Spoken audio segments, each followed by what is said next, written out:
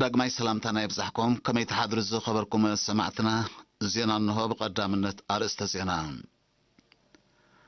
أبنو زوبا فورتا سوا كنتات ريت المجهجان أبدحن كنتات كمزلة تجليسو أبنو زوبا بارنتو نبرت من محضرات كباب أشيتين سسنان وفرتات معقاب ماين حمدنا كايدا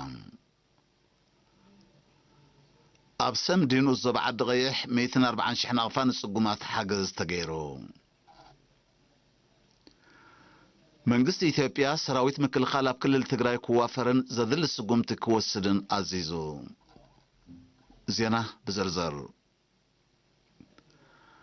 ኣብ ንዞባ ፎርቶ ሳዋ መጋሃጫ እኹል ሰዓሪ ብምብቃሉ ራህያታት ድማ ብዝነበረ ሰናይ ክረማት ብምምለን ጥሪት ኣብ ዘዕግብ ኩነታት ከም ዝርከባ ሓላፋ ሃብቲ እንስሳት ንኡሶባ አቶ ብርሃነ ሃብተ ገሊጹ አቶ ብርሃነን የርና ብዛሃ በሕብሬታ ዝናብ ዶንጊ እኳ ተጀመረ ካብ መወዳእታ ወር ሐምለ አዕጋቢ መጠን ዝርግሕን ዝነበረ ዝናብ ብምውቅዑ ብገምጋም ልዕሊ 347 ሺህ ሄክታር መጋሃጫታት እኹል ሰዕሪ ኣብቂሉ ከም ዘሎ ሓቢሩ ኣብ ንዞባ ፎርቶ ሳዋ ኣስታት 460 ሺህ ጥሪት ከም ዘለዋ ዝገለጸ አቶ ብርሃነ ሕብረተሰብ በሓፈሻ ጓሰትን ሓረሰትን ድማ ብፍላይ ተረኺቡን ዘሎ መግቢ ጥሪት ካብ ባርዕን ዘይሓላፍነታዊ ኣጠቓቕማን ተሓልየሞ ጥሪት ካብ ከባቢአን ከይረሓቐ ዓመት ሙሉእ ከጽንሐን ከም ዝኽእል ኣፍሊጡ ንሱ ኣብ መወዳእታ ወነንቲ ጥሪት ሰዓርን ተረፍ ምህርትን ብግቡእ ክእክቡ ጥዕና ጥሪቶም ክከታተሉ ጥሪቶም ድማ ብስሩዕ ከኽትቡን ከባቢኦም ካብ ባርዕ ክከላኸሉን ኣዘኻኺሩ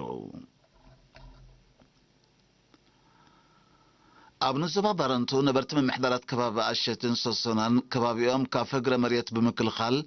እተታውነት ሕርሻ ንምክዕባት ዝዓለመ ወፍራታት ምዕቃብ ሓመድን ማይን ኣካይዳ እቲ ዕማም ብቐንዱ ኣብ ምድልዳል ናይ ሕርሻ መሬትን ምፍዋስ ማይ ኩዕታትን ዘተኮረ ኮይኑ ምጽጋን ብውሕጅ ዝተበላሸወ ናይ ሓመድ ጽርግያታት እውን ከም ዘጠቓልል ክኢላ ሕርሻን መስኖን አቶ ኢብራሂም ዓሊ ገሊጹ በቲ ነበርቲ ክልቲኡ ምምሕዳራት ከባቢ ብውህደት ዝተሳተፈዎ መደብ 1250 ሜትሮ ዘለታት ብሓመድን እምንን ክስራሕ እንከሎ 12 ኪሎ ሜትር መስመር ባረንቱ ኣሸተ ድማ ከም ዝተጸገነ ወኪል ኤሪና ካብቲ ቦታ ገሊጹ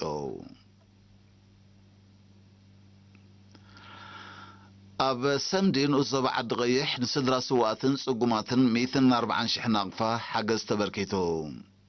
እቲ ኣብ ክልተ እብረዝ ተዋሃብ ሓገዝ ኣብቲ ቀዳማይ 9 ሺህ ናቕፋ ኣብቲ ካልኣይ ድማ 45 ሺህ ናቕፋ እዩ ተመቃሪሑ ብዘይ ካዚ 5 ሺህ ናቕፋ ንኽልተ ስንኩላን ከም ዝተኸፋፈለ ወኪል ኤሪና ካብቲ ቦታ ገሊጹ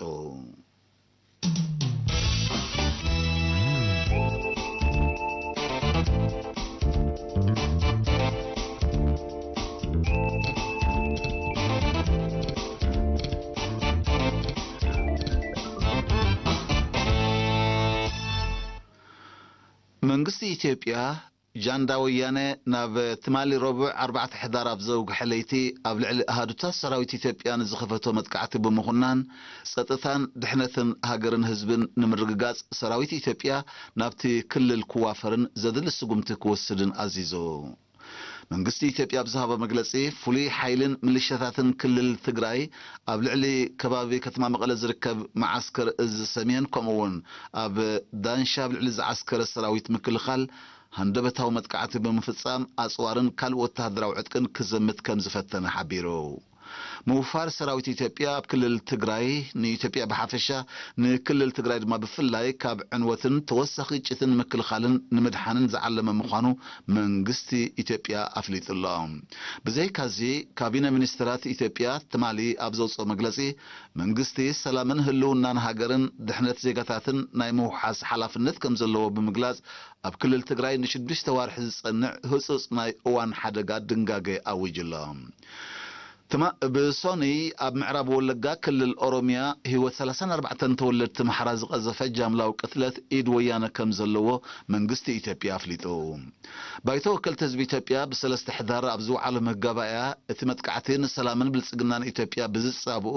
ውሽጣውያን ሓይልታት ብቐንዱ ድማ ብጉጅለ ወያነ ዝተሃንደሰን ዝተመወለን ምዃኑ ብምግላጽ መንግስቲ ነቶም ፈጸምቱ ብግብረ ሽበራ ብምኽሳስ ኣብ ልዕሊኦም ተሪር ስጉምቲ ክወስድ ጸዊዖም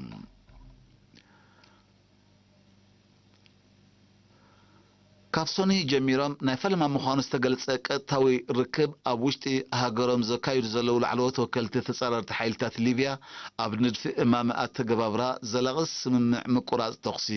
ተረዳዲኦም ኣብቲ ኣብ ከተማ ጋዳመስ ዝቃናዕ ዘሎ ዘተተሳተፍ ዘላ ላዕለወይቲ ተፀዋዒት ዋና ጸሓፊ ሕብራት ሃገራት ኣብ ጉዳይ ሊብያ ስቴፋን ዊልያምስ ትማሊ 4 ሕዳር ኣብ ዝሃበቶ ጋዜጣዊ መግለጺ ክልቲኦም ወገናት ሰራዊቶም ካብቲ ዓሪድሉ ዘሎ ግንባራት ብምስሓብ ናብ ማዓስከራቶም ከም ዝምለስ ከረጋግጹ ከምኡውን ኣብ ቅድመ ግንባር ዝርከቡ ቀዳማውያን ሓይልታት ክስሕቡ ከም ዝተረዳድኡ ብምሕባር ነዚ ትከታተል ኮሚቴ ክትቀውም ተሰማሚዖም ኣለዉ ብዘይካዚ ወከልቲ ክልቲኦም ወገናት ባይቶ ጸጥታ ሕብራት ሃገራት ነቲ ብ23 ጥቅምቲ ኣብ ከተማ ጀኔቫ ስዊዘርላንድ ዝተበጽሐ ነባሪ ሰላም ስምምዕ ኣብ ዝቐልጠፈ ብምጽዳቕ ተግባራውነቱ ክረጋገጽ ጸዊዖም ብኻልእ ወገን ድማ ወከልቲ ክልቲኦም ወገናት ኣብ ዝሓፀረ እዋን ኣብ ከተማ ሲርቲ ተመሳሳሊ ርክብ ከካይዱ ከም ዝተሰማምዑ ዝሓበረት ስቴፋን ዊልያምስ እታ ስትራቴጂካዊት ከተማ ማእከል ናይቲ ዝካየድ ዘሎ ዘተሰላም ክትከውን ኣብ ምርዳእ ከም ዝተበጽሐ ሓቢራ ኣቐዲሞም ወከልቲ ክልቲኦም ወገናት ኣብ ሞሮኮ ግብፅን ስዊዘርላንድን ተመሳሳሊ ርክባት ኣካይዶም ምንባሮም ዝተቐሱ ጸብጸባት እዘተዚ ኣካልናት ምዃኑ ኣረዲኦም ዝመጽእ 9 ሕዳር ኣብ ቱኒዝያ ተመሳሳሊ ርክብ ክካየድ ድማ ቆጸራ ተታሒዙ ከም ዘሎ ብተወሳኺ ንምፍላጥ ተኻኢሉ ዝኸበርኩም ሰማዕትና ዜና ቅድሚ ፍጻመ ኣርሳቱ ክደግመልኩም